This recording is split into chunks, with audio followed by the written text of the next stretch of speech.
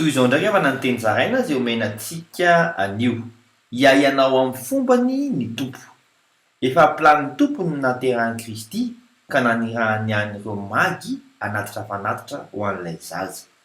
Araka ny voasoratra ao filazan'ny tsara Matio toko faharoa ny faharaiky ambin'ny folo amin'ny anaran'i Jesosy hoe ary rehefa tafiditra tao an-trano izy dia nahita ny zazakely sy Maria reniny ka niankohaka teo anatrehany.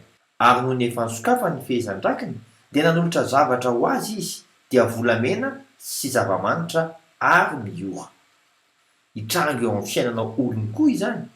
Araka ny voasoratra ao amin'ny Jeremia toko faha 9 andiny faharaiky ambin'ny folo amin'ny anaran'i Jesosy hoe fa izaho mahalala ny hevitra heverako anareo hoy Jehova dia hevitra hahatonga fiadanana fa tsy loza mba hanome anareo fanantenana ny amin'ny farany.